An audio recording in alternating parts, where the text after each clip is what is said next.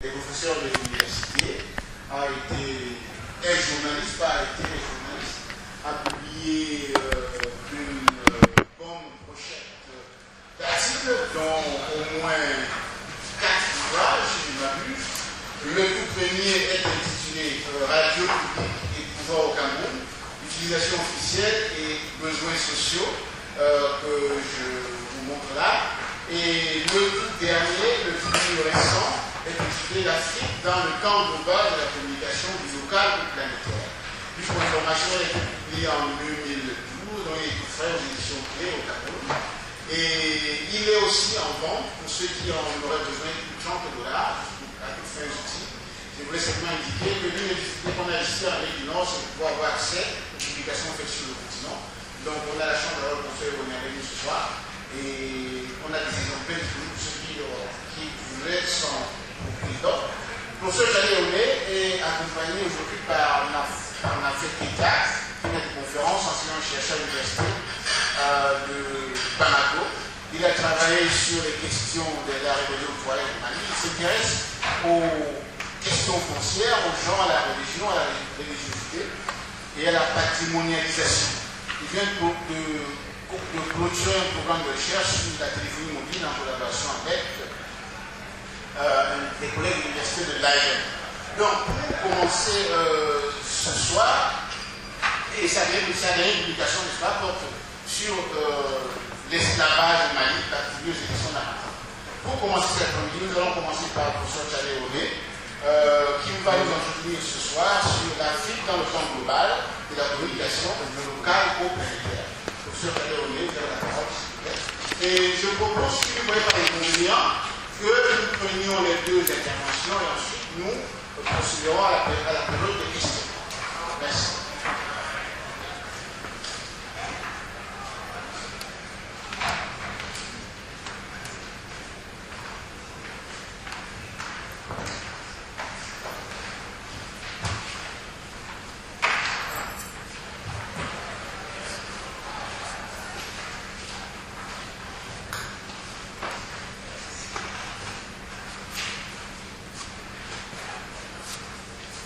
Merci, Monsieur le Président et modérateur, professeur Alexis Tchoya, pour cette présentation. Bonjour, je suis un peu effrayé par le fait que ce bel amphi est vide. Bon, mais dans les amphis, dans les universités, on est appelé à s'exprimer devant des amphis encore plus à certains moments. Je voudrais d'abord remercier les organisateurs de cette grande rencontre pour la confiance qu'ils m'ont faite en m'associant à ce grand colloque. Je voudrais donc vous entretenir sur le temps mondial des médias et des technologies numériques. L'Afrique contemporaine entre le local et le global. L'accélération spatio-temporelle d'événements à retentissement mondial grâce au relais instantané que leur assurent les médias donne aux femmes et aux hommes de notre époque l'impression que notre vieux rêve d'ubiquité serait brusquement réalisé comme par miracle, le sentiment aussi de vivre soudainement d'autres espaces-temps dans lesquels les modes de pensée et d'agir seraient devenus, disons, désuets. Qu'il s'agisse de la mondialisation, de la globalisation, l'une et l'autre en dépit du glissement sémantique qu'elles induisent, eh bien, ces notions sont intimement corrélées à l'essor des médias. Ces deux néologismes, mondialisation, globalisation, témoignent au plan lexical du rétrécissement des frontières entre les États-nations et annonce pour demain, sinon pour aujourd'hui déjà, l'avènement d'un nouveau monde aux dimensions du village prophétique du futurologue canadien Marshall McLuhan. L'intitulé de ma contribution me conduit à réfléchir sur le défi du nécessaire réveil technologique de l'Afrique contemporaine et son entrée dans le nouveau paradigme de la société du savoir que j'appelle moi le temps global de la communication. Et pour cela, je voudrais distinguer trois périodes dans ce temps de parole qui m'est accordé. D'abord, sur un plan général, je voudrais m'efforcer de questionner la migration en cours d'achèvement de l'analogique au tout numérique. Que promet cette migration? Que promet-elle à l'homme contemporain, qu'il vive dans l'hémisphère nord ou dans l'hémisphère sud? Ensuite, en contexte africain,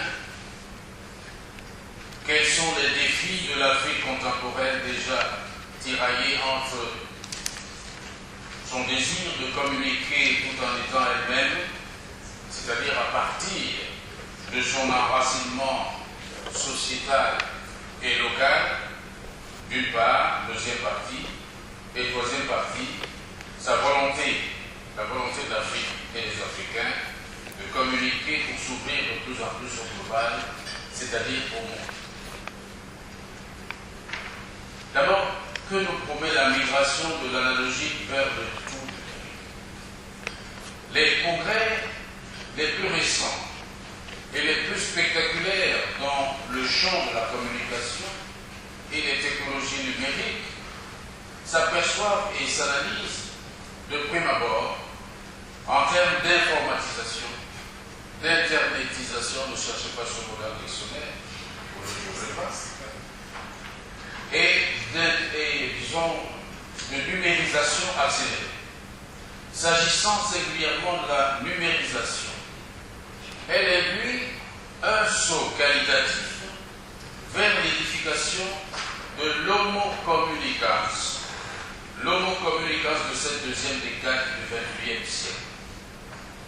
Car il faut savoir que jusqu'ici, qu'il s'agisse de la diffusion audio ou visuelle, les messages étaient transmis sous forme analogique, c'est-à-dire par le moyen d'ondes électriques dont les caractéristiques sont analogues à celles d'un phénomène physique.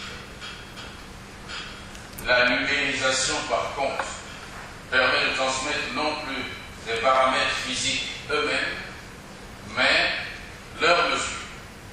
C'est donc un nombre qui est transmis sous la forme d'un signal codé, qui dans le langage binaire et universel des ordinateurs est une succession de 0 et de 1. Est numérique, ce qui relève des nombres, ce qui se fait avec des nombres. C'est le sens étymologique de l'épithète numérique, mais cette épithète est aussi un substantif, puisque nous disons volontiers le numérique. Les avantages de cette technologie innovante, sont nombreux. Elle assure une grande fiabilité de transmission, elle conserve la lisibilité du signal, même lorsque celui-ci est faible, elle permet d'emprunter des réseaux très divers et de stocker des données sur des supports de grande capacité. Par exemple, un seul disque optique numérique peut archiver 100 000 pages de texte grâce à la numérisation. Elle peut aussi améliorer la qualité du son en supprimant certains bruits désagréables ou en créant des voix de synthèse. Le signal numérisé est beaucoup moins sensible aux interférences et présente un risque de brouillage moindre par rapport aux signaux analogiques. Au demeurant, ce que je voulais dire, c'est que la migration de l'analogique au numérique apparaît comme une vraie révolution copernicienne. Car si l'écriture non mobile de l'époque des pharaons égyptiens fut le tout premier miracle de l'homo communicans, si l'on peut considérer que la galaxie Gutenberg, construite sur l'invention de l'imprimerie au XVe siècle, puis la galaxie Marconi, édifiée à la fin du XIXe siècle au début du XXe, sur la transmission des idées par ondes électromagnétiques, ont constitué successivement le deuxième et le troisième miracle de ce processus, l'on conviendra que l'option numérique apparaît aujourd'hui comme le quatrième miracle de la diffusion de la pensée. La fulgurance de telles mutations révèle l'étendue de l'innovation technologique qui, progressivement, projette l'homme moderne de l'infiniment petit vers l'infiniment grand, dans un environnement mondial de plus en plus technologisé et de plus en plus numérisé. Aujourd'hui, le multimédia fédère, au moyen du langage numérique, les mondes de l'écriture, de l'audiovisuel, des télécommunications et des données informatiques. Il permet aux hommes, partout où ils sont, de communiquer avec d'autres hommes, et bientôt, sinon déjà, aux objets de communiquer avec les hommes et avec d'autres objets. En effet, le label d'objet communicant n'est pas une abstraction. Il traduit l'émergence d'une phase nouvelle d'évolution des technologies de l'information et de la communication. Les technologies numériques vont désormais pouvoir se diffuser dans tous les objets de la vie quotidienne, appareils électroniques, véhicules, vêtements et autres objets personnels. Grâce aux possibilités techniques offertes par les micro- et les nanotechnologies, ainsi que les réseaux sans fil, les possibilités de transformer n'importe quel objet de la vie quotidienne en objet communicant vont croître et se multiplier. La métaphore des autoroutes de l'information et du multimédia préfigure des évolutions encore plus spectaculaires. Par exemple, les gourous de la Silicon Valley aux États-Unis annoncent que l'on ne va plus se contenter de regarder la télévision. On va lui parler grâce à la reconnaissance vocale. Elle sera commandée au doigt et à l'œil grâce à l'écran tactile et à la reconnaissance visuelle. Selon les magiciens des technologies numériques, on va regarder le téléphone en même temps qu'on va lui parler, car le téléphone aura un écran. Il a d'ailleurs déjà un écran. Bientôt, ce sont des visages virtuels et parlants qui vont remplacer les chiffres, les lettres, les mots, c'est-à-dire l'écriture de nos textos. Ces visages virtuels vont afficher, vont exhiber les expressions faciales et toutes les émotions humaines. Si donc, au moment d'envoyer votre SMS, vous êtes triste, vous êtes en colère, ou au contraire, vous êtes heureux, vous êtes en joie, vous ne pouvez pas le dissimuler, vous ne pouvez plus dissimuler toutes ces émotions, parce que votre tête virtuelle sera visible et sera dévoilée. De tels miracles technologiques sont déjà en harmonie avec les mutations spectaculaires que promet ce XXIe siècle. Et de plus, l'homme moderne devient sujet et objet manipulé de la dictature d'une frénésie technologique et d'un médiacentrisme dont il n'est pas le commanditaire, ni même nécessairement le bénéficiaire. C'est ici qu'émerge donc le désir d'enracinement de l'homme africain dans le local et l'infiniment petit. Car ces technologies de l'information et de la communication, qui désormais environnent et harcèlent l'homme contemporain que nous sommes, eh bien ces technologies recréent un homme africain nouveau en le projetant, qu'il le veuille ou non, du local vers le global, dans un mouvement de balancier qui symbolise en même temps son désir d'enracinement dans le local et sa volonté d'ouverture au global. Le local est caractérisé par une diffusion de proximité à l'échelle d'un village, à l'échelle d'un quartier, d'une ville, d'un arrondissement. Il est le fait de médias locaux ou hyper-locaux, à l'instar des web radios, des web télévisions locales, ou encore des stations locales de télévision et de radio communautaires, dont les contenus sont d'ailleurs inspirés du modèle de la communication tambourinée de l'Afrique traditionnelle. Le désir d'enracinement des Africains dans le local se traduit donc par leur souci d'appropriation ou alors de réappropriation de leurs instruments, leur mode de communication inventé par le génie africain, à l'instar du tambour d'appel.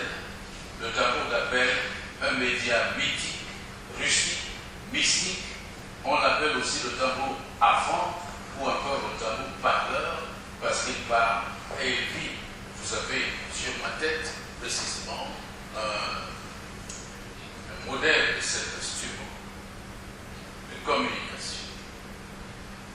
Et si je devais m'autoriser d'emprunter à la rhétorique biblique, je dirais avec votre permission qu'au commencement était la communication tambourinée.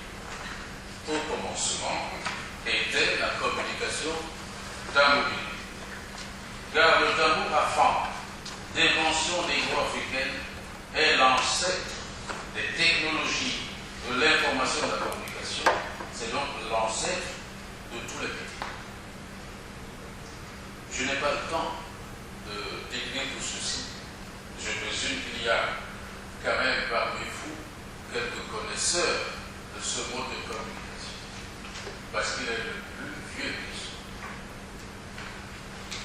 Pour diffuser son journal tambouriné, le journaliste initié, qu'on appelle le tambourinaire,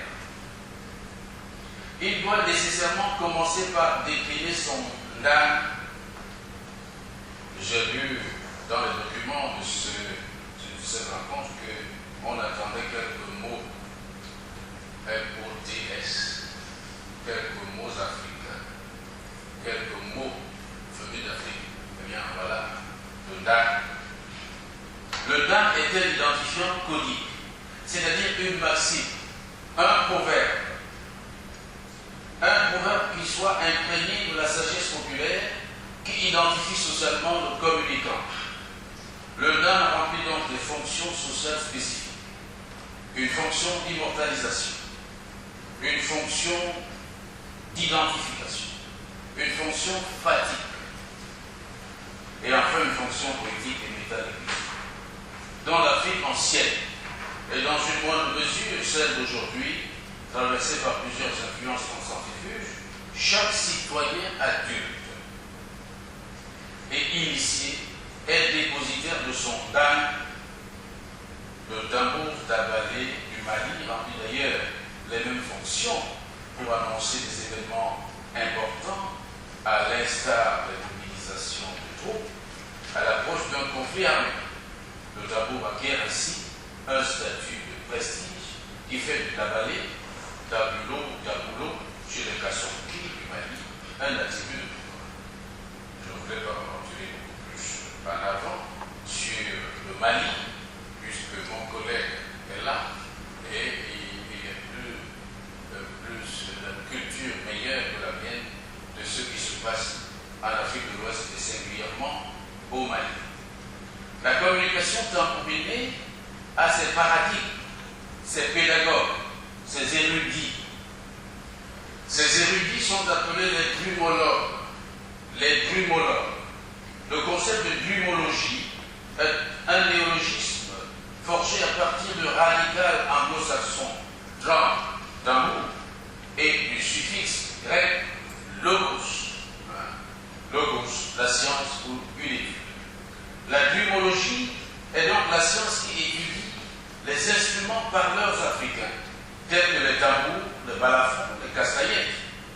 Elle s'élabore dans des sociétés à communication tambourinés dans lesquels il est possible de distinguer la glumophonie, c'est-à-dire l'écoute et la traduction du discours tambouriné, d'une part, et la glumographie, c'est-à-dire l'étude des textes tambourinés, d'autre part.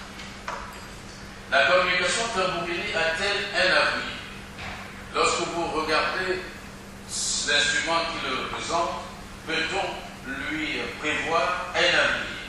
Le média servant de diffuseur à cette forme de communication millénaire peut-il s'émanciper de sa rusticité actuelle et prendre place avec fierté dans le temps global de la communication et des médias, au moment où les technologies numériques et toutes les TIC sont de plus en plus perçues comme une chance pour l'Afrique?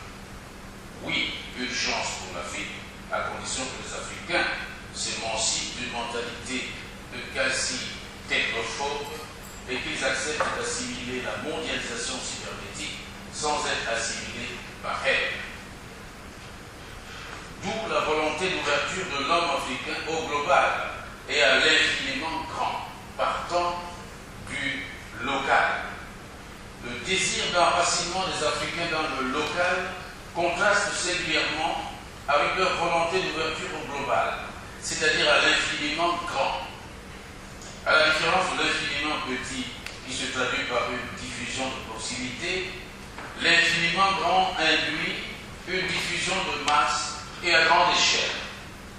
Une diffusion qui ignore les frontières terrestres et maritimes grâce aux performances de la fibre optique, de l'Internet, des satellites géostationnaires, de la téléphonie mobile notamment. Il en découle une aspiration de l'Afrique et des Africains à prendre une part de plus en plus importante dans le temps global de la communication et des technologies. Il y a lieu de se féliciter des efforts actuels de l'intelligence africaine, efforts qui illustrent par exemple l'œuvre d'experts africains à l'image de l'ingénieur informaticien camerounais Jacques Bonjao, qui conduit en ce moment une expérience prometteuse de télémédecine au Cameroun et en zone CEMAC. La zone CEMAC est dans la zone économique et monétaire de l'Afrique centrale. La télémédecine va très probablement apporter une réponse viable au manque de médecins et de spécialistes dont souffrent les zones rurales enclavées. De même, il est heureux de saluer l'invention récente de la première tablette africaine à usage médical. Une tablette à usage médical, le Cardiopal, par un jeune ingénieur informaticien camerounais. Il s'appelle Jean Arthur, il a 25 ans, il a été formé à l'école polytechnique de Yaoundé. Il faut savoir qu'au Cameroun, on ne compte qu'une trentaine de cardiologues pour une population de 20 millions d'habitants. Je dis une trentaine, peut-être devrais-je dire moins d'une trentaine, parce que l'un d'eux est décédé récemment en colloque des cardiologues précisément. Il est parti mourir aussi d'une crise cardiaque. Je lis mal, comme on dit là. Salut. Bon, on va dire 30. Je veux donc en 10 minutes dire que le Cardiopal inventé par ce jeune Camerounais va être d'une très grande utilité, puisque on compte dans ce pays à peine 30 cardiologues pour une population de 20 millions d'habitants. La situation est encore plus dramatique dans les zones rurales et enclavées, dans lesquelles ces quelques rares spécialistes des maladies du cœur ne se rendent presque jamais. La conséquence est que les victimes d'AVC et d'autres maladies du cœur se multiplient, faute de traitement approprié. Et c'est cette situation alarmante qui a amené ce jeune homme, ce jeune inventeur du Cameroun, à concevoir en 2012, l'année dernière, une tablette tactile appelée Cardiopal, capable de faire transiter les données cardiaques du malade vers les serveurs où elles sont d'abord stockées évoqués et traités avant d'être transmis au Cap de Nord, se trouvant lui à Yaoundé ou à Douala, qui sont les deux plus grands villes du pays, via le réseau GSM. Donc, avec le cardiopane, le patient n'aura plus besoin de se déplacer de son lointain village enclavé pour aller consulter alors l'autre bout du pays. Le cardiologue détenteur lui aussi de cet appareil-là pourra donc recevoir ces résultats, les interpréter et puis faire une prescription à distance au malade qui restera sur place dans son enclave. Par ailleurs, on peut, dans la même lancée, signaler qu'il y a une invention récente d'un téléphone portable qui est le fait de trois jeunes gens, trois ingénieurs camerounais, et que ces inventions camerounaises sont contemporaines de celles d'un smartphone conçu en 2012, l'année dernière, en République du Congo, par un jeune Congolais de 26 ans, Jérôme Mankou, qui est aussi inventeur de la première tablette numérique africaine. Et ce smartphone congolais porte d'ailleurs le nom prophétique de Elikia. Et Elikia, en lingala, signifie espoir. De telles réalisations technologiques par les Africains et pour les Africains entretiennent en effet un espoir pour l'Afrique. Elles sont le réveil technologique du continent noir, jusqu'ici réputé bon dernier. Cette image d'Épinal recule heureusement. Elle recule à petite vitesse, mais elle recule quand même. L'Afrique bat même les records de croissance, même si la pauvreté persiste. Selon Hillary Clinton, l'ex-secrétaire d'État américain, on voit en Afrique une énorme croissance économique et 7 des 10 économies qui progressent le plus dans le monde sont des économies africaines.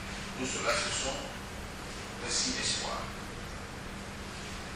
En conclusion, je voudrais dire que l'Afrique peut légitimement revendiquer sa part dans la contribution des civilisations anciennes et contemporaines à l'avènement d'une société mondiale des technologies numériques. La contribution de l'Afrique est mesurable et non nulle. Au demeurant, malgré les frémissements observables, aussi bien sur le plan de l'innovation technologique que de l'appropriation sociétale des technologies numériques et de l'ensemble des TIC, ce continent est encore loin du compte. L'Afrique, à dire vrai, n'est pas encore assez entrée dans le temps global de la communication et des technologies numériques. Pour l'essentiel, elle consomme plus qu'elle ne féconde la mondialisation cybernétique. Certes, l'Afrique tente de donner de la voix dans ce nouvel espace public déjà mondialisé et en cours de numérisation, elle tente de donner de la voix, mais sa voix reste inaudible parce qu'elle est constamment étouffée par des technologies des pays du Nord plus nombreuses et plus sophistiquées. Plus bruyantes, par conséquent. Entre les infos riches et les infos pauvres, la fracture reste brutale. Par ailleurs, tiraillée entre l'infiniment grand que représentent les médias internationaux à audience mondiale et l'infiniment petit, symbolisé par la communication combinée et de proximité, l'Afrique doit réussir le pari de la nécessaire globalisation. Globalisation, c'est un néologisme forgé à partir des épithètes globales et locales et qui invite à concilier, à réconcilier les sollicitations sentimentales d'un enracinement dans les cultures locales avec les nécessités absolues d'une ouverture au monde. Voilà. Vous conclure? Bon, merci beaucoup. L'idée, pour conclure, l'idée selon laquelle les TIC sont un luxe pour l'Afrique est absurde. Il faut la déconstruire. Il faut la déconstruire ayant pris conscience qu'au contraire, les technologies numériques sont un formidable vecteur de problèmes. De même que les sociétés à faible ancrage technologique. Les sociétés à faible ancrage technologique d'aujourd'hui, dont celle de l'Afrique, sont celles qui ont été absentes au rendez-vous de la révolution industrielle survenue au XIXe siècle en Europe. Les sociétés sous-développées d'aujourd'hui et qui courent le risque de demeurer sous-développées demain sont celles qui auront été indifférentes à la révolution numérique qui se fait sous nos yeux. Il importe donc de prendre une conscience aiguë du pouvoir développementaliste dont sont dotées les technologies numériques à l'égard desquelles toute différence des politiques publiques résonnera comme le choix du déclin. Quant à moi, et malgré tout, je suis plein d'espoir pour l'Afrique, pour son réveil, pour son avenir, grâce aux technologies numériques. Je vous remercie.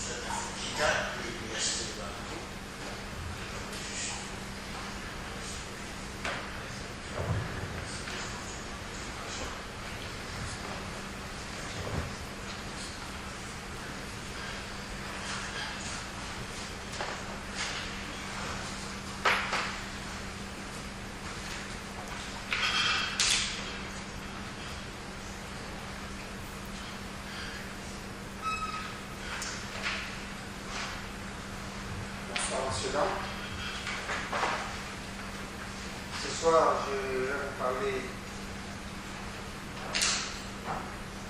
certaines tendances qu'on peut appeler comme étant des formes de l'usage des progrès de la science et de la technologie, en évitant tout effet généros, tout effet quantitativiste, qui voudrait dire, en prenant l'exemple sur mon pays, une population de 16 millions d'habitants, et aujourd'hui nous avons approximativement 11 millions de puces actives. Les phénomènes ne renvoient pas à une certaine forme d'appropriation, à une certaine forme de bon usage de la téléphonie mobile. C'est vrai, il m'a été donné pendant bientôt 5 années à travailler sur la question de la téléphonie mobile. Ici, je m'intéresse davantage à ces formes d'usage au niveau de l'utilisation des téléphones portables et tout le pouvoir que les téléphones portables pouvaient exceller en temps de crise. Comme vous le savez, le Mali est en crise. Ma démarche ici est essentiellement politique, à savoir comment pratiquer un objet à partir de l'anthropologie, du moment où cet objet peut provenir des marges. En cela, nous pourrons être amenés à interroger notre quotidien, l'extraordinaire. Or, souvent, monsieur, le quotidien, l'extraordinaire ne questionne pas. Or, c'est à ce niveau d'où vient le sens. Comment, pour ce faire, nous avons besoin de revisiter le temps mondial. C'est temps mondial, c'est-à-dire de suivre des révolutions des technologies, des communications ou des informations. Régis Debray a déjà consacré ce temps mondial suivant les étapes suivantes. Il a parlé de l'hydrosphère, c'est la sphère du discours. Quand le roi parlait, c'est d'autres personnes qui transmettaient la voix. Et à chaque fois, les gens réagissaient. La parole de Dieu a été sacrée. L'évolution est donc, nous avons atteint la graphosphère, à savoir l'écriture. L'Assemblée est là, l'Assemblée décide, le peuple peut agir contre les décisions de l'Assemblée. La personne du roi était sacrée, c'est la parole qui est sacrée. Mais au temps de la biosphère, on peut se dire, le roi est vilain, il a le nœud crochu, il a la calvitie. donc l'image des lieux de tout. Donc, ce que le roi avait de sacré, le roi perd en cela la réalité sa part de sacré. Et l'évolution est là. Aujourd'hui, nous sommes au niveau de la cybersphère et de la luminosphère. Si le roi était sacralisé au niveau de la cybersphère et de la luminosphère, on raisonne beaucoup plus, non pas en termes d'équivalent, non pas en termes de symbole, mais on raisonne davantage en termes de signes. Comment s'intéresser à ces signes? Or, aujourd'hui, recourir à l'une de ces sphères, ou recourir à plusieurs de ces sphères, il n'y a plus rien de surprenant. Personne ne s'en étonnera. Mais leur usage laisse des traces, leur usage a des conséquences, et ces conséquences peuvent atteindre la stabilité des régimes. Ici, nous voulons parler du téléphone portable au dernier moment de la gestion du pouvoir manie par Ati. Ici, nous ne voulons pas faire de voyeurisme qui est arrivé à Jérôme Cahuzac quand Mikapa a montré au grand jour l'une de ses communications privilégiées. Et quand je dis on parle à raison, on raisonne en termes de signes, en regardant l'image ici, je vois un coup ou Ipu. C'est en langue camerounaise. Quand je vais raisonner directement dans ma langue, Ipu, ça renvoie à ma tête. Ipu, ça renvoie à votre tête. Donc cette symbolique qui est assez frappante, où en utilisant les moyens de communication modernes, nous sommes en réalité au niveau des signes. Or, en termes d'espoir, la manière dont l'idée vient de conclure, moi je voudrais bien vous dire mes propos par un frémissement face à la réalité et les questions de réduction de compte. S'il est vrai que l'importance et l'évolution technologique des moyens de communication et leur usage accru en temps de crise est une caractéristique de l'ère du temps, depuis la guerre dite guerre du Golfe, c'est également le début de la victoire par la communication et surtout l'information visuelle. Comme pour dire que la guerre ne se gagne pas seulement sur le champ de bataille. La Première Guerre mondiale avait ainsi entraîné un formidable développement des techniques et moyens de communication qui devront s'adapter aux différentes armées et être produits de manière industrielle pour répondre à la demande et à la nécessité. On intègre désormais davantage la notion de distance, puisque pour la première fois, il est possible de communiquer jusqu'à des points géographiquement très éloignés les uns des autres. Sans parler de la réception quasi instantanée des correspondances avec l'arrivée de la téléphonie mobile ou du développement de certaines de ses applications. Petits et gros mensonges, lourds de propagande, manipulation des médias sont donc à l'ordre du jour. Et sans pourtant que les autorités maliennes avaient promis de prendre en compte une donnée importante lors du début du conflit en janvier 2012, les moyens de communication. L'importance des transmissions pendant les affrontements est à signaler à raison de la durée des combats et de la mondialisation du conflit. Ici, mon propos est circonscrit sur une temporalité bien calée. De l'éclatement de la rébellion en janvier 2012 au déclenchement de l'opération Serva, soit une année d'observation des flux de communication à travers les supports téléphoniques mobiles entre les populations restées sur place et sous occupation des rebelles, d'islamistes, des djihadistes et des narcotrafiquants, les déplacés intérieurs et les réfugiés. C'est le suivi d'observation des messages envoyés par SMS et par Bluetooth, avec les mots pour le dire, et après à la prise des villes, du quotidien des résistants, des déplacés, de l'intérieur et des réfugiés, entre les rebelles des islamistes et les djihadistes et l'armée malienne, la bataille psychologique faisait rage. Dans quel intérêt ces messages sont conçus et pour quelle fin? Qui en a la maîtrise? Quelles conséquences dans les régimes politiques en fin de mandat? Quel enjeu pour les pays jugés en faillite? En quoi la téléphonie mobile, dont les vertus de développement ne peuvent être remises en cause, plus de servir ou d'élever. Donc nous allons se construit notre objet à 2 niveaux. Premier niveau, la vidéo des colonnes des légionnaires libyennes en direction du Mali. Deuxième niveau, les accointances entre ATT et le tout. En temps de guerre, la vérité est si précieuse qu'elle devrait toujours être exportée d'un garde du corps des mensonges. Une citation prêtée à Winston Churchill durant la Seconde Guerre mondiale. Ce trait d'esprit s'applique bien au contexte actuel malien. Les tempêtes de sable ne sont pas seules à brouiller la perception de la réalité.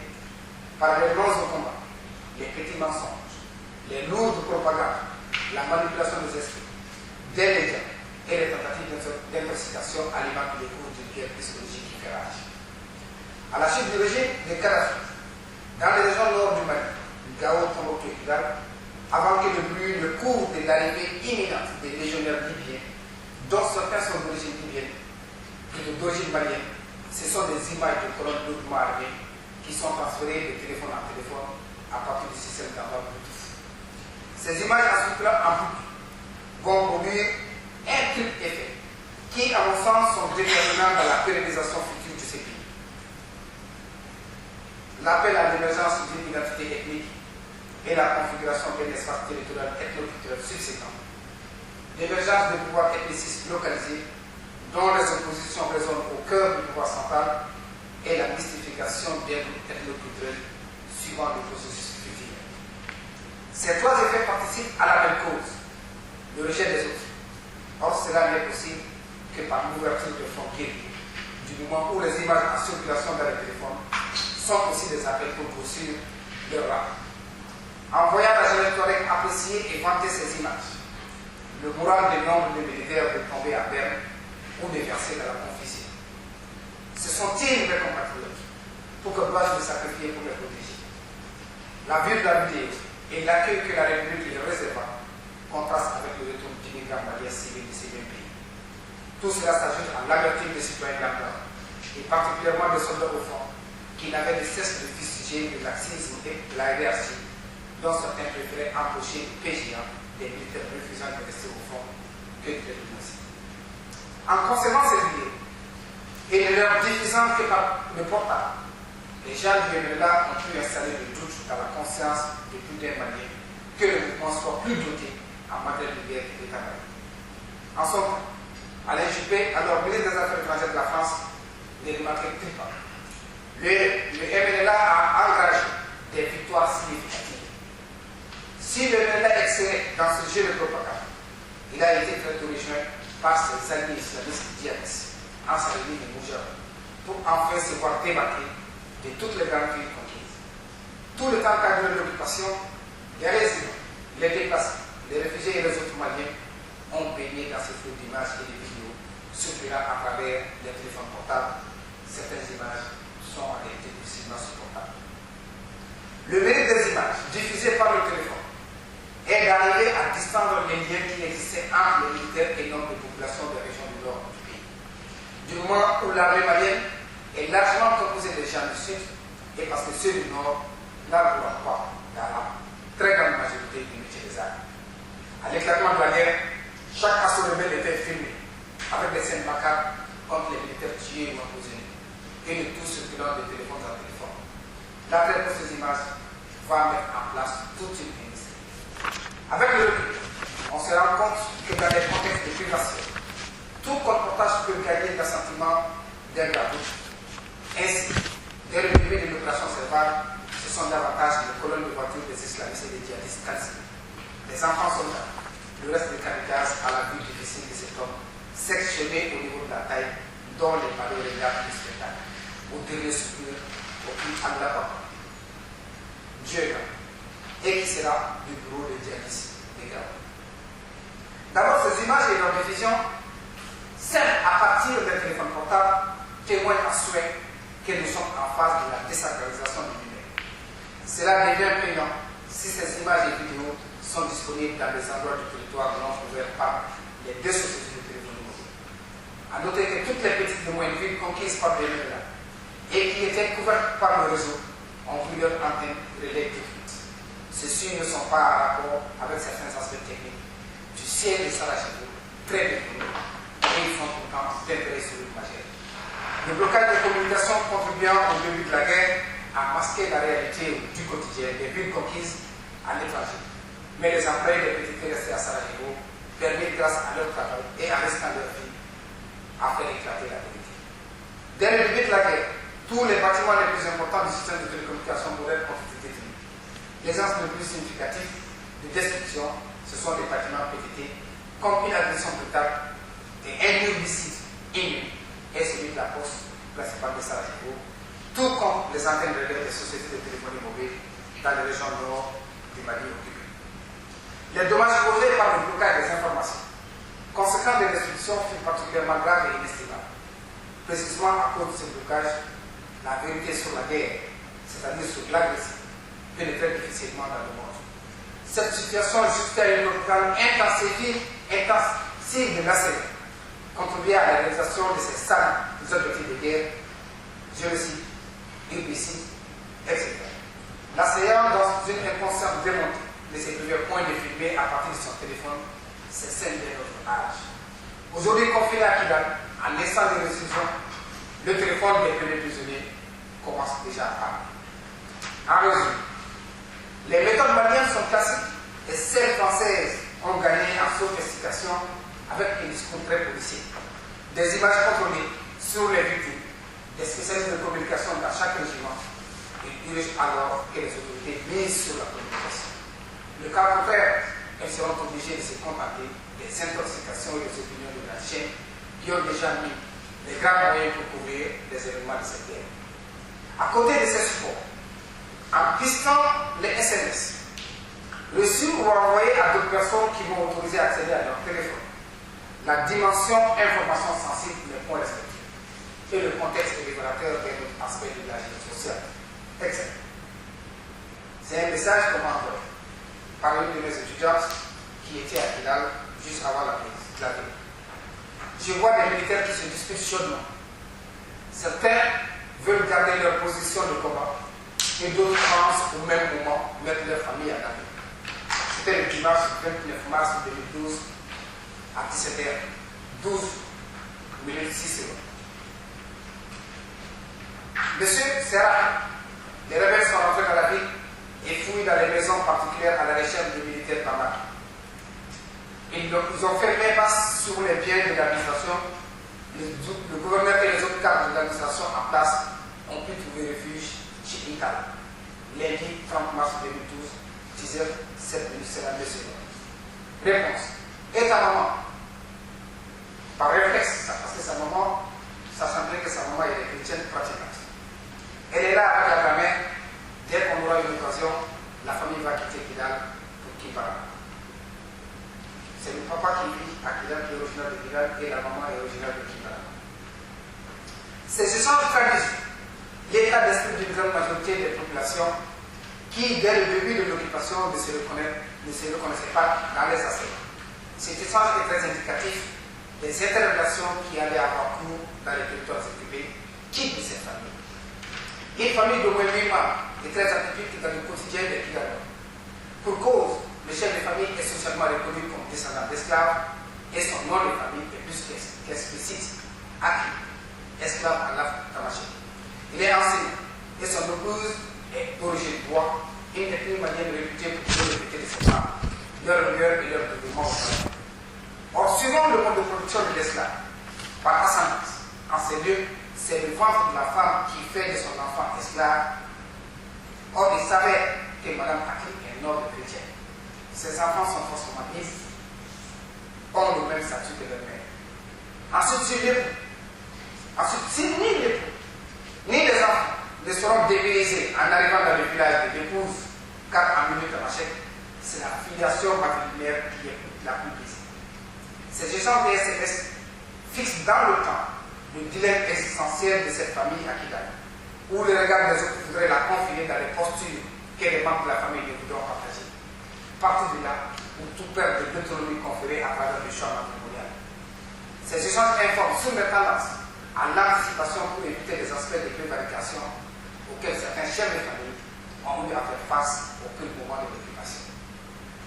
Après le début du choc de la crise de la ville de Kidal, le 30 mars 2012, ce sont les capitales régionales Tombouctou et Gao d'être sous l'escarcelle des rebelles, islamistes et djihadistes, de tout bord. La population de la ville de Transport 33 à l'instar des autres Maliens et du monde, se sont réveillés le 30 juin 2012 avec une nouvelle encore plus terrible. C'est un message que je reçois par SMS. Les islamistes qui occupent la ville de Tombouctou viennent de mettre à exécution leurs menaces de destruction des 16 mausolées de saints. Ils sont passés à l'action et les destructions ont commencé. Fin de citation. C'est en substance le message sous forme de SOS que les habitants de Tombouctou ont lancé à travers le SMS de téléphone portable. Le message a été reçu 5 sur 5 à Tombouctou et à travers tous les pays. Deuxième point, le massacre d'Aguelok ou le piège contre la gouvernance pratique. C'est dans cette circonscription administrative de la région de Kidal, Aguelok, que toute une compagnie de l'armée malienne a été anéantie, non pas au cours des combats, mais en dehors de tout respect des conventions internationales en matière de droits des prisonniers de guerre. Des semaines durant, cette compagnie avait pu résister aux assauts des rebelles. Et sentant que le rapport tant entendu de Vélantan, certains militaires, en informant préalablement leurs parents, ont pu déserter, laissant sur place les chefs de la compagnie et ses inconditionnels, qui ont voulu garder leur position jusqu'à l'arrivée des rapports. Malheureusement, ceux-ci constateront la tragédie filmée par les étudiants de l'Institut de formation de maître de la dite localité à partir de leur téléphone portable. Les militaires exécutés étaient plus d'une soixantaine, issus de groupes ethniques différents.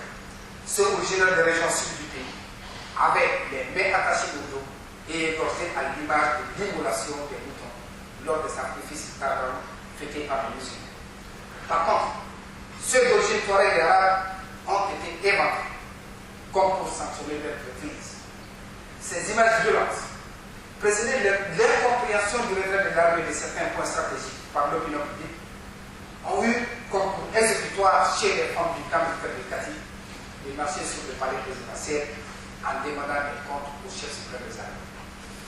Au cours de cette audience, retransmise en direct sur la radio et la télévision, le président est accusé de partiser avec les rebelles.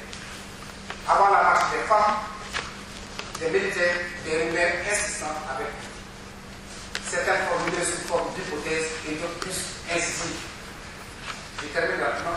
Le président ATT ne veut pas quitter le pouvoir, cause pour laquelle il a imposé au pays la guerre en recevant sur le sol malien des miliciens qui étaient à la sorte de Kadhafi.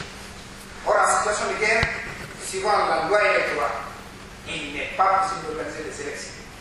D'autres rumeurs véhiculées qui a été déjà vendues des partis du territoire aux gens d'Afrique. Enfin, la collision d'intérêts entre les rebelles et le président ATT, qui aurait sciemment laissé les soldats mourir à Aguelok, car ceux-ci avaient déjà découvert la duplicité du président en l'ayant au téléphone. Un téléphone perdu par les enseignants lors d'une de leurs attaques sur le camp des Glaïs. À propos, il se sursure qu'ATT, ne sachant pas que les enseignants avaient perdu le phone, aurait appelé sur ce même téléphone et sans chercher à identifier l'interlocuteur à notre bout du fil, s'est mis à débiter comme pour dire aux enseignants de continuer les enseignements contre la compagnie et que celle-ci ne recevra pas de rapport dans les jours suivants. Et qu'à la surprise d'ATT, c'est au commandant de compagnie de lui dire qu'il se trompe d'interlocuteur et que plus de panique, ATT lui aurait proposé une promotion de grade contre son silence et que celui-ci refusa en enseignant des grossièretés à son encontre. C'est cette dernière nouvelle raconte dans une radio privée à Bamako et qui fera le 12 à partir de téléphone portable. Le coup est dur du moment où ATT lui-même a reconnu devant les femmes des camps d'avoir échangé avec le capitaine du téléphone. L'analyse que le Malien Lambda a pu faire de cette histoire et à ses graves conséquences sur le maintien au nom du président ATT au pouvoir. Aujourd'hui, il n'est fait aucun doute et l'institution qui est le président de la République s'en est sortie au terme de ces 2 décennies de démocratie très affectée. Nombre d'observateurs ont trouvé que la fonction a été dénaturée lors de la dernière décennie écoulée par une insuffisance de la culture étatique, se traduisant par l'omniprésence dans les médias du dernier et l'opacité qui a entouré la gestion de la crise dans les régions nord. Dans cette localité, la rumeur a joué davantage à sa défaveur dans un contexte de proposition de réforme constitutionnelle et le code de la famille et de tutelle retrouvé en fin de règne, annoncé qui a donné le coup d'État. Sur le plan de la au terme de ces 2 mandats, les Maliens dans leur grande majorité comptaient sur des élections propres pour voir enfin un chef d'État efficace dépendre de la direction du reste de l'État. Seulement le contexte géopolitique s'est compliqué davantage et les conditions d'une élection correcte n'étaient plus réunies. Tout le monde voulait pour ainsi dire une mauvaise élection que les DCA étaient à la commande, dans l'objectif d'éviter l'exacerbation de la faiblesse des institutions publiques, de la démocratie chèrement acquise. En guise de clôture, comment en est-on arrivé là?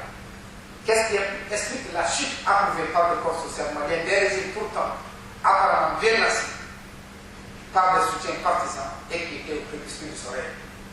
Ces derniers développements ne sont pas sans rapport avec la manière dont le pouvoir a été exercé avant et pendant les 2 décennies de l'ère démocratique et les référentiels convoqués. Ces derniers largement nourris du fond culturel bambara malédié ou masse, famence improprement traduit par président. La guerre créée, les intrigues ou trahisons diable et la ruse ferrée en sont les éléments moteurs qui ne sont pas appropriés ou même reconnus comme technique de gouvernement au sens de la gouvernementalité. Parlons des composants socioculturels. Ces référentiels déteignent sur les activités des partis politiques et les pratiques du gouvernement, au point qu'est consacrée une crise se déclinant sous le sceau d'une politique généralisée.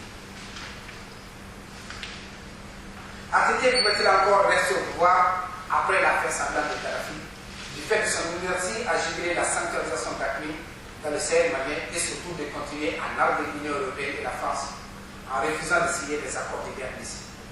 ATT n'avait-il pas oublié que les 2 compagnies de téléphonie mobile appartiennent à des oligopoles français, Vivendi à travers Maroc Télécom, qui est l'actionnaire principal des Maliens, et Orange Mali, qui est stratégiquement géré par France Télécom? Ensuite, si par ailleurs ces sociétés étaient fondamentalement des sociétés de téléphonie maliennes, est-ce qu'autant de rumeurs allaient courir autour du téléphone local? J'en ai remercié.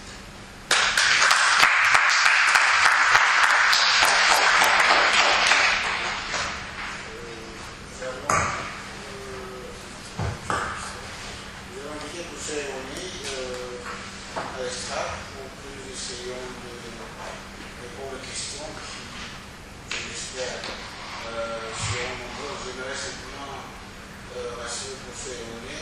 Nous avons d'habitude des amphithéâtres, disons, moitié plein, surtout quand on est en contexte linguistique minoritaire. N'importe quand même que les francophones ne sont pas les plus nombreux dans cette espèce, mais nous nous réjouissons du fait que ceux qui ont été arrivés puissent être là. Donc nous prendrons des questions qui voudraient briser la glace. Oui. Merci beaucoup. En fait, j'avais une question au premier interlocuteur. Récemment, ça a été révélé en fait que le premier smartphone africain est d'IKEA pour Brazzaville, en fait, que c'est faux. Et en fait, c'est quelque chose qui est assemblé en Chine. Et il n'y a aucune technologie africaine dedans. C'est un Congolais qui a acheté les pièces de smartphone et qui les a fait rassembler même en Chine.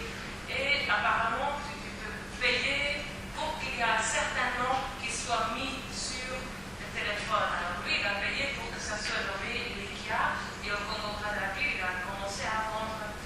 Et en fait, cette nouvelle du premier smartphone africain, je pense qu'il y a beaucoup de gens ici qui pensent, qui ont lu cette nouvelle qu'il y a eu un premier smartphone en Afrique. Et en fait,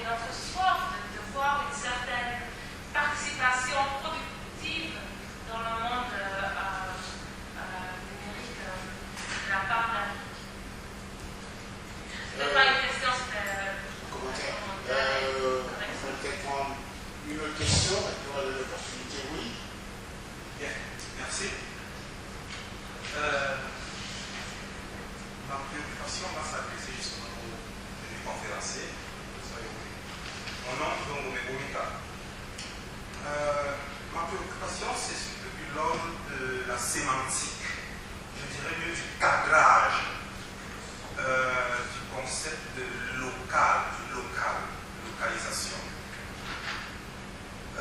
Je ne sais pas si je vous ai bien suivi. La posture, la dimension que vous avez privilégiée dans votre approche me semble être une dimension, je dirais, verticale, plus top-down, où vous assimilez le local à tout ce qui est petit, on pourrait rajouter faible, etc., alors que le global serait, bon, suivez mon regard. J'aimerais vous demander quelle perspective utilisez-vous pour cette conception du local. Si on y va de manière historique, je dirais même géographique, il me semble qu'on pourrait perdre, cette perception pourrait se perdre. Aussi, si on aborde ce concept de manière, je dirais, interdisciplinaire, on aurait d'autres conclusions. Je pourrais peut-être prendre un exemple de l'approche linguistique.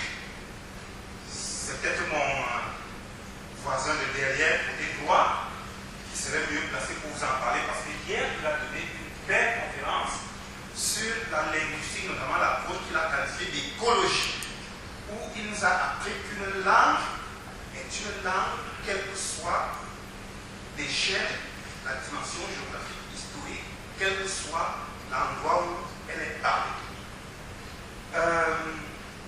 Une autre chose que j'ai apprise dans cette conférence, c'est que notre chère Afrique, s'il faut y aller, suivant cette posture verticale, il me semble limiter justement le local à nos villages, quartiers, villes tels que vous avez en Afrique.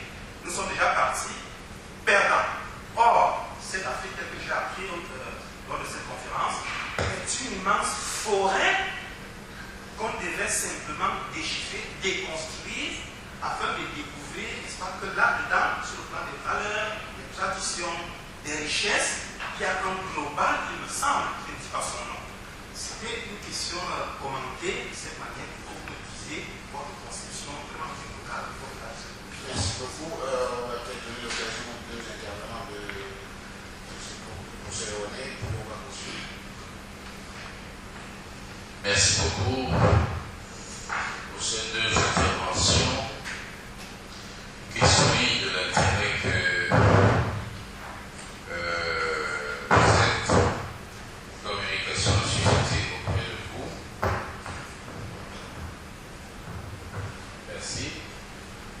D'abord, la jeune dame qui nous apprend et qui m'apprend en premier que le premier smartphone serait un faux.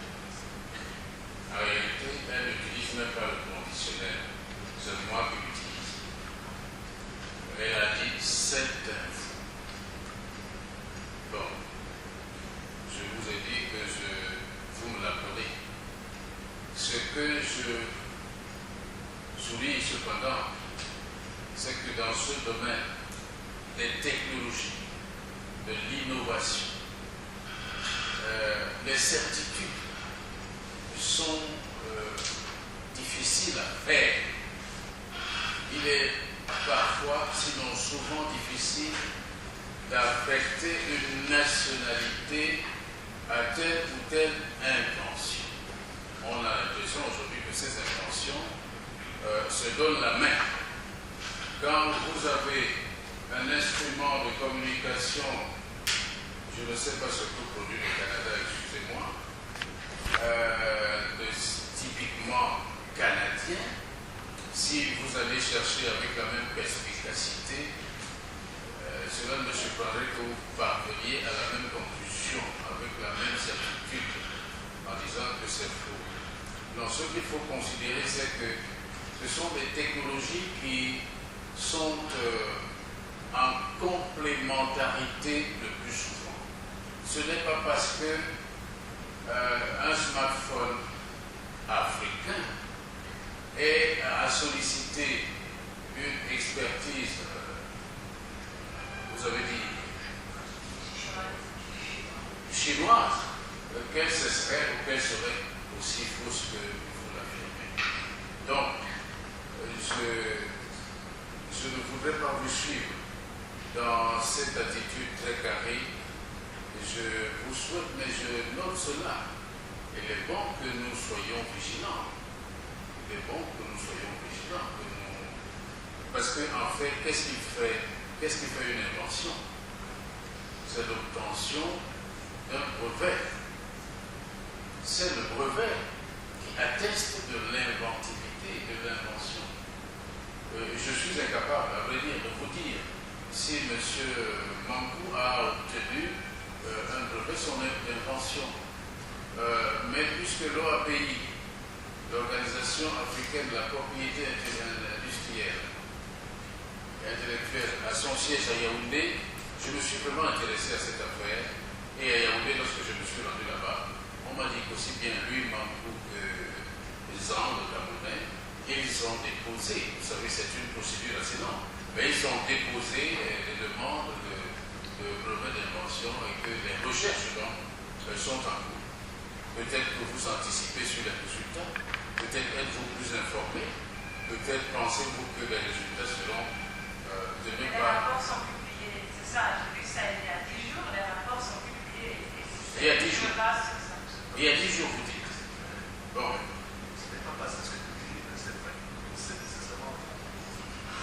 Bon, continuons de chercher. Et vous, s'il vous plaît, cherchez avec moins de certitude. Je vous soupçonne d'être très prompte à dire que c'est faux. Continuons de chercher avec humilité. Pour ce qui est de... Alors, mon frère a mis le cadrage du conseil local. Non, j'ai bien suivi votre conception, votre compréhension de ce concept-là. Mais tout dépend de la discipline que vous inspire, qui inspire votre posture.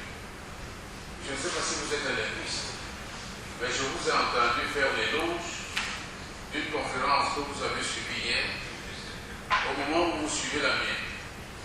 Bon, je n'en tire aucune conclusion, mais la perception du linguiste n'est pas nécessairement la mienne. Je suis un chercheur, mon champ de recherche c'est la communication et les médias. Et vous savez ce qui se passe avec des classifications. Toute classification est toujours contestable. Ce qui compte, c'est peut-être d'être clair sur les critères de classification.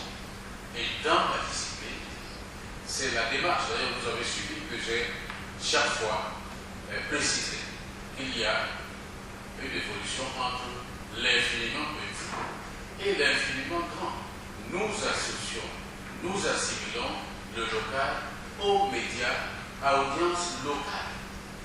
La locale dans la communication, c'est tout média, tout support de communication qui a une diffusion locale. Ce sont donc des médias de proximité. À commencer, je l'ai dit, par celui-là, on a vu, qui est l'ancêtre de tous. Alors que le global, c'est celui qui permet une diffusion mondiale. Les satellites, l'Internet, etc. Voilà la démarche, voilà les critères de classification qui sont bien. Maintenant, je ne conteste pas votre classification. Je souhaite simplement en apprendre davantage. D'autres questions qui voudraient... Oui, madame.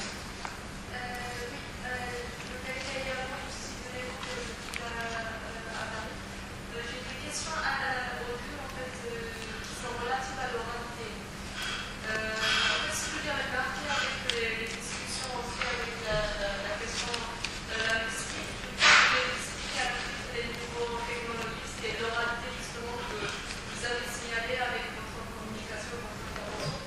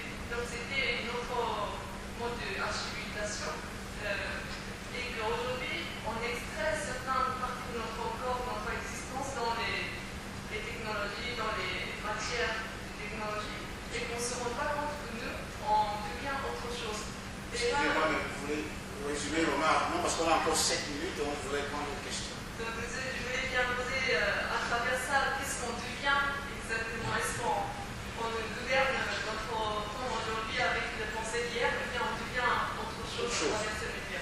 Merci beaucoup. Une autre question pour qui je voudrais poser. J'ai vu les doigts tout à l'heure. C'est juste une remarque sur l'histoire des smartphones.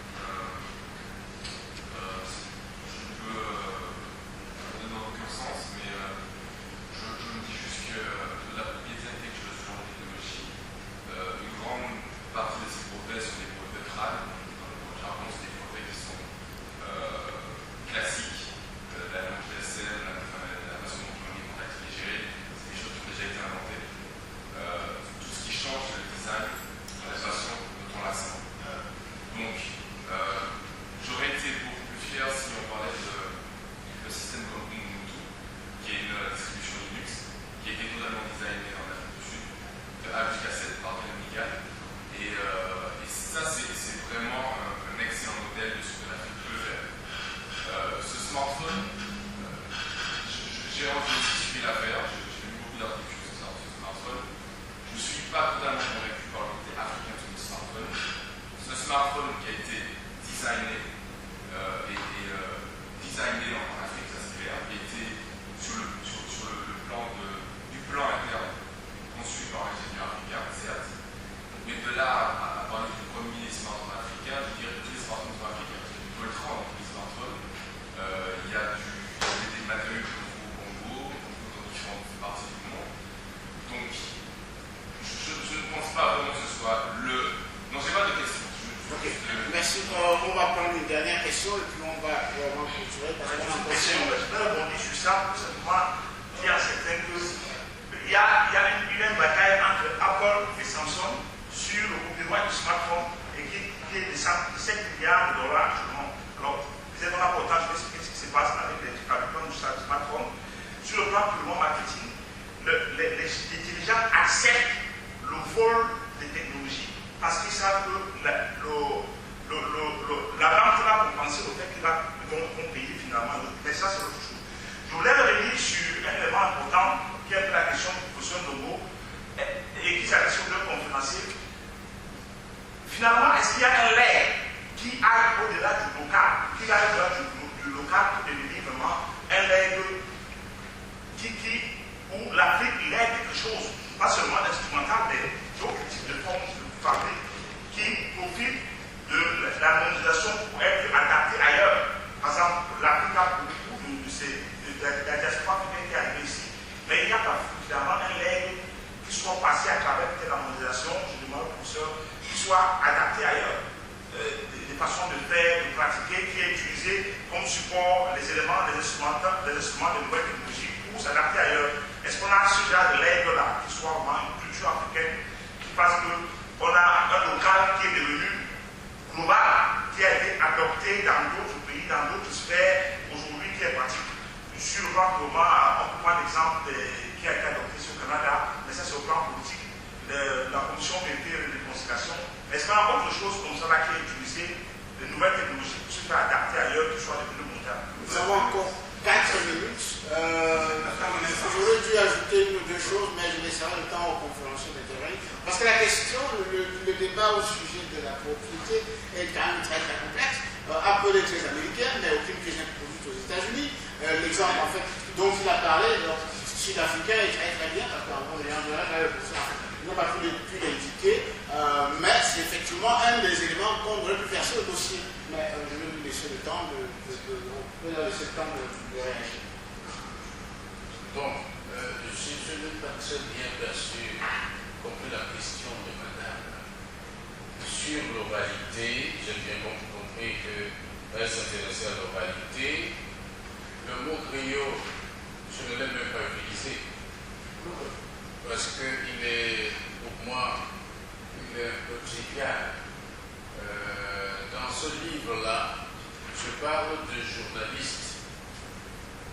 Parce que l'image que vous aviez tout à l'heure montre un journaliste en train de diffuser une édition de journal à l'aide d'un instrument construit, si vous voulez, partir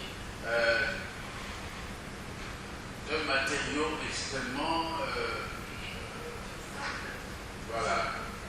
C'est un tronc d'arbre, comme vous avez vu, qui est vidé horizontalement, on tape dessus, mais ça se faisait comme ça. C'est difficile de dater cet instrument. Il est très ancien, mais je vous ai dit, je le maintiens, que c'est le plus ancien, c'est l'ancêtre de toutes les technologies que nous connaissons. Alors l'oralité, bon, nous on vit dans l'oralité et on apprend à évoluer vers l'écriture à partir de l'oralité. On est socialisé, donc les gens, les Africains de ma génération, sont socialisés à partir de l'oralité, à partir de la cellule familiale. Donc l'oralité, c'est très important. Et la communication tambourinée est donc un prolongement de cette oralité, parce que par le tambour d'appel que je vous ai montré, on diffuse des messages à travers les langues qui sont les nôtres, qui sont des langues à ton. Un ton haut, un ton bas. Et c'est avec cela qu'on peut émettre un message. La difficulté, c'est que l'accès à ces messages-là est extrêmement limité parce qu'il faut être initié. C'est une autre caractéristique un peu de la culture. Bon.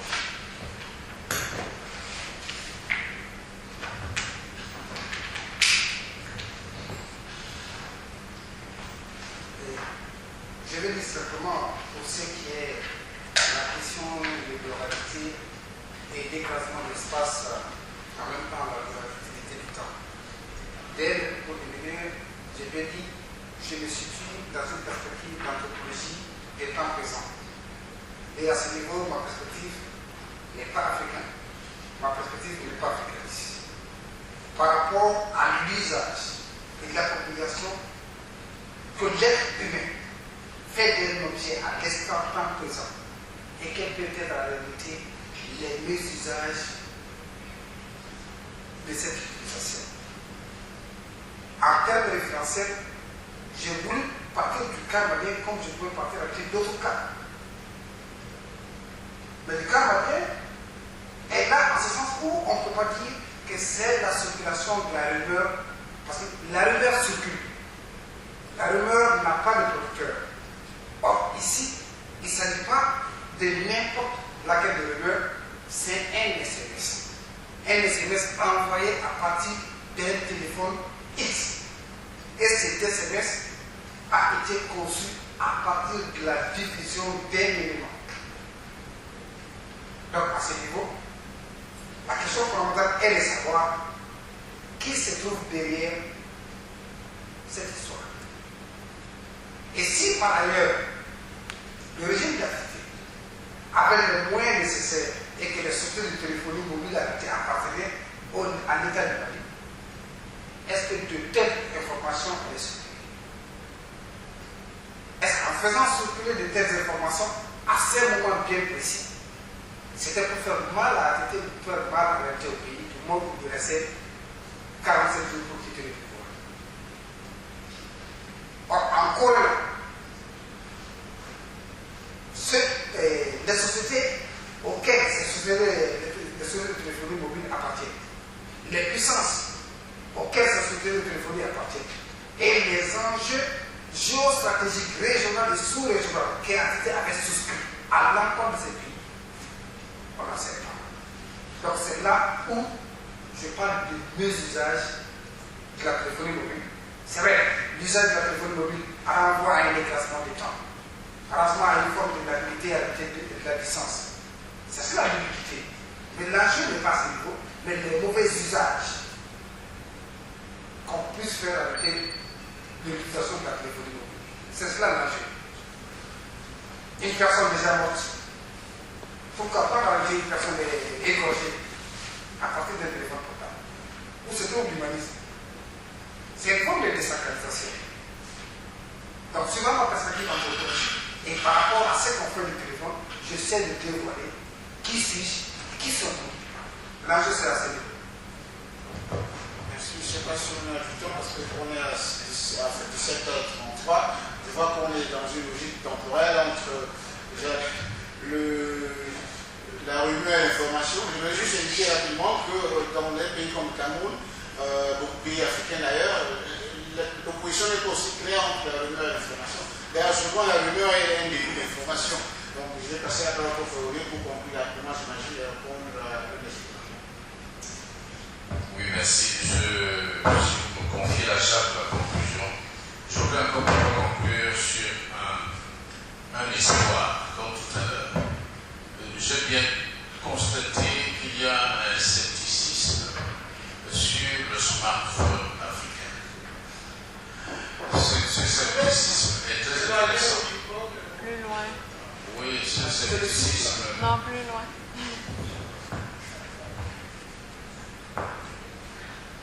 Alors, l'acceptation de l'innovation africaine va continuer de se heurter à une attitude, si vous voulez, d'ordre mental.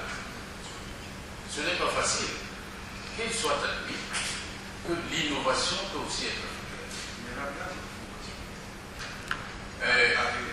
Savez-vous que l'ascenseur est une invention? Savez-vous que le téléphone portable est une invention africaine? De noirs américains. Écoute, moi je ne suis pas en train de nier l'innovation africaine, mais c'est le problème que l'exemple que vous avez donné. Si vous permettez qu'il conclue, on peut continuer le débat un peu plus tard, mais je voulais lui conclure rapidement et puis on va y aller. Bon. Ce que je suggère tout simplement, c'est que nous ayons cette attitude du chercheur qui cherche, qui questionne avec un effort d'humilité, et lorsque ce qu'il trouve est contraire à ses idées a priori, eh bien, il accepte de valider ce qu'il a trouvé. Merci.